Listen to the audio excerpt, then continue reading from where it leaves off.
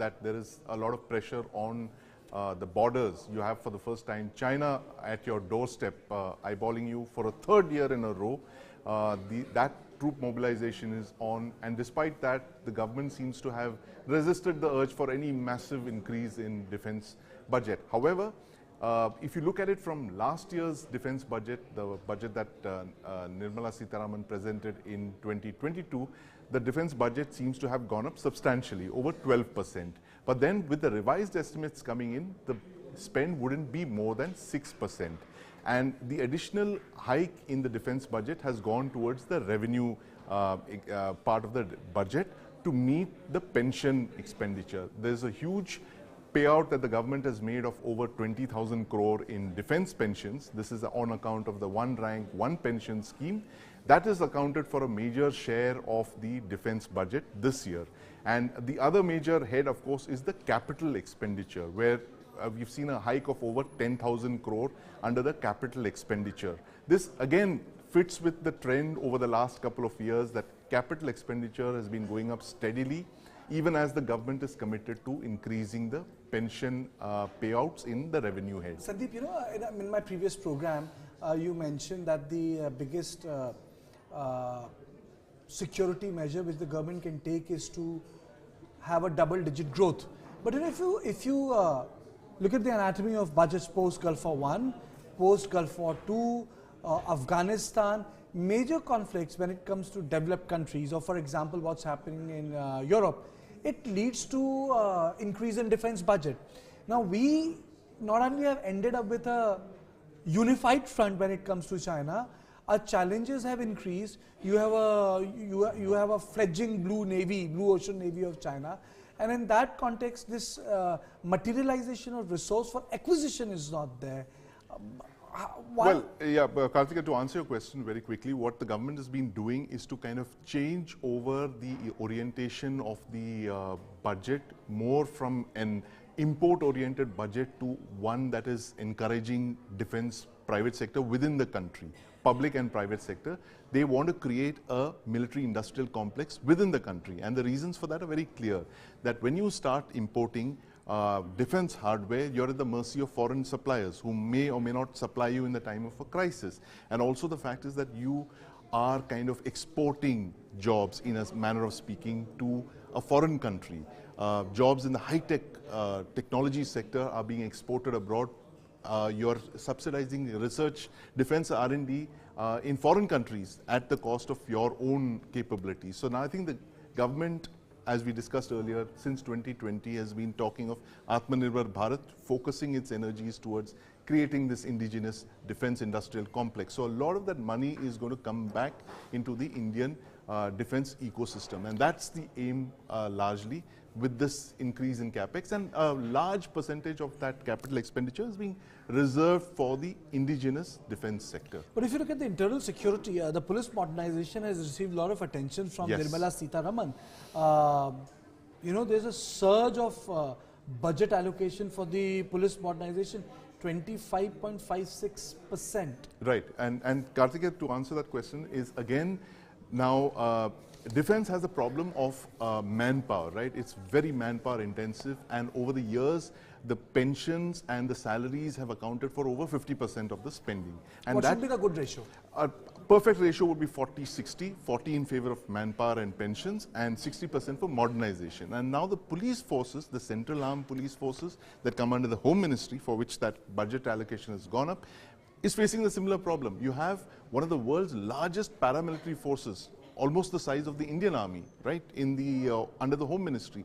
And now because they've expanded so significantly, they're not having the kind of resources to pay for modernization, which accounts for that spike in the modernization plan. So you're saying that this primarily facilitates the central paramilitary forces? That's correct. All the central paramilitary forces like the BSF, the Assam Rifles, the CRPF, which are tasked with maintaining internal security, come under the Home Ministry. Can we say that this budget, fifth budget of Nirmala Sitharaman, adequately answers or adequately addresses the financial issues of the defense community? So, absolutely, it does. And it's based, if I would break it down very succinctly, I would say that this is a budget that's focused on China and on defense pensions. China, for which they've boosted the allocations to the Border Roads Organization, which is making a lot of strategic infrastructure projects in Ladakh and in Arunachal Pradesh in keeping with the threat from China, and of course defense pensions, because you've committed to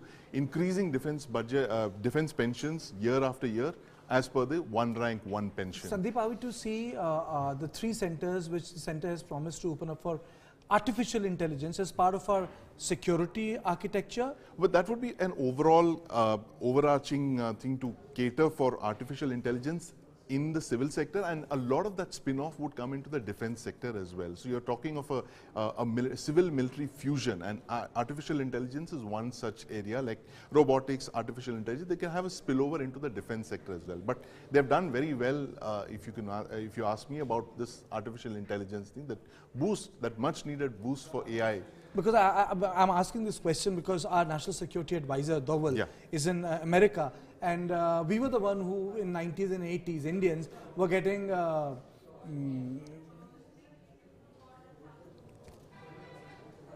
bad side of the Department of the State, American Department of the State.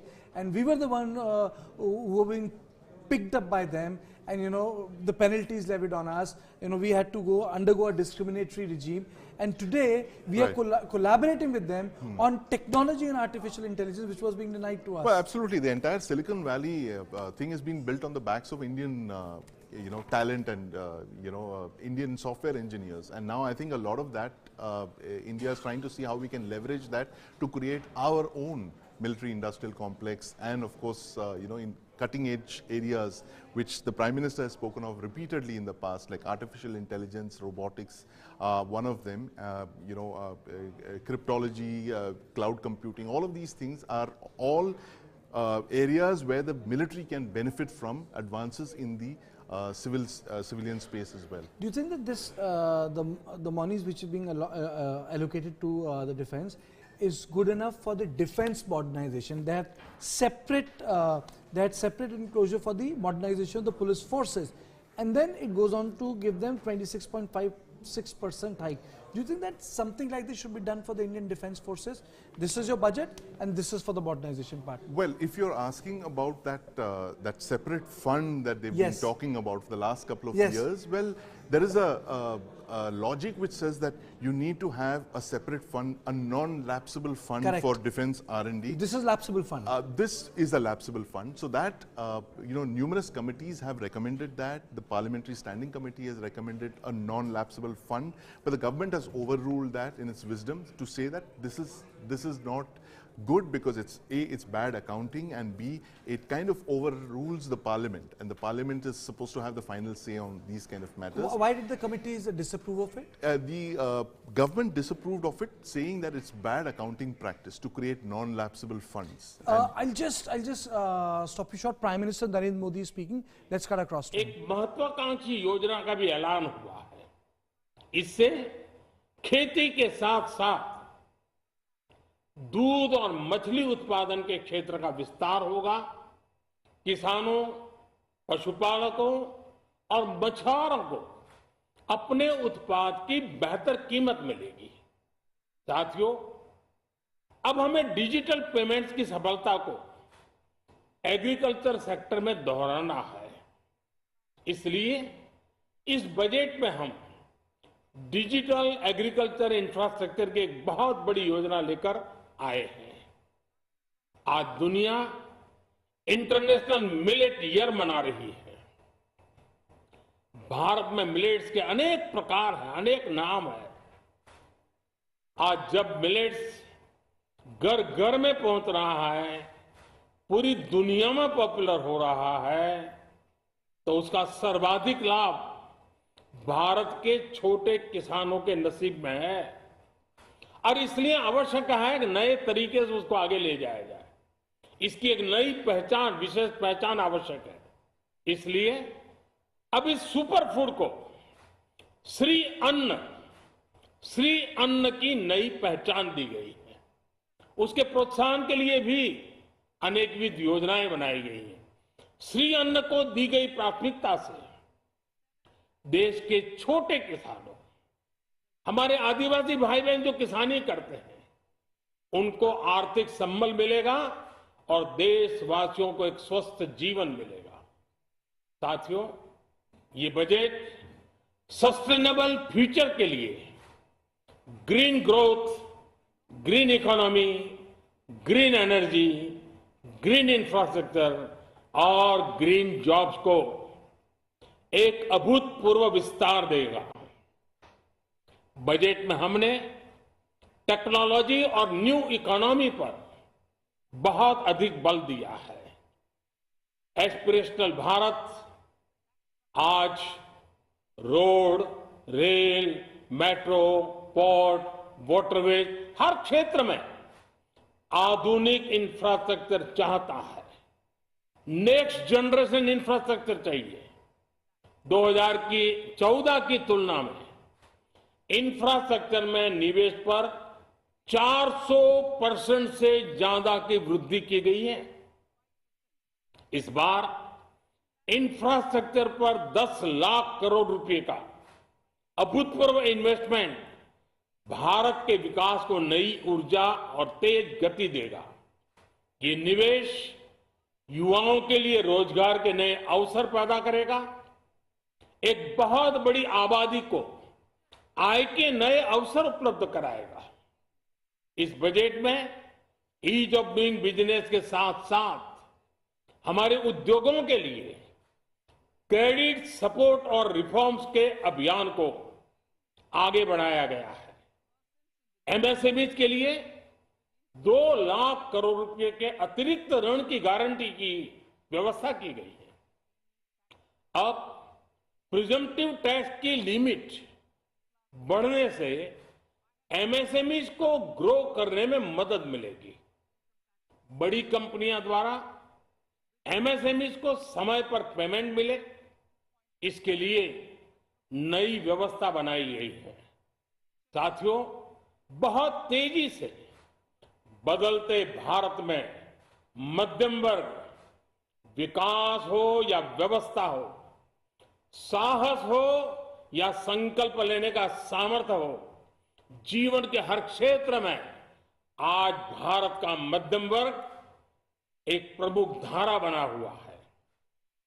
समृद्ध और विकसित भारत के सपनों को पूरा करने के लिए मध्यम वर्ग एक बहुत बड़ी ताकत है। जैसे भारत की युवा शक्ति ये भारत का विशेष सामर्थ्य है, वैसे ही बढ़ता हुआ भारत का मध्यम वर्ग भी एक बहुत बड़ी शक्ति है।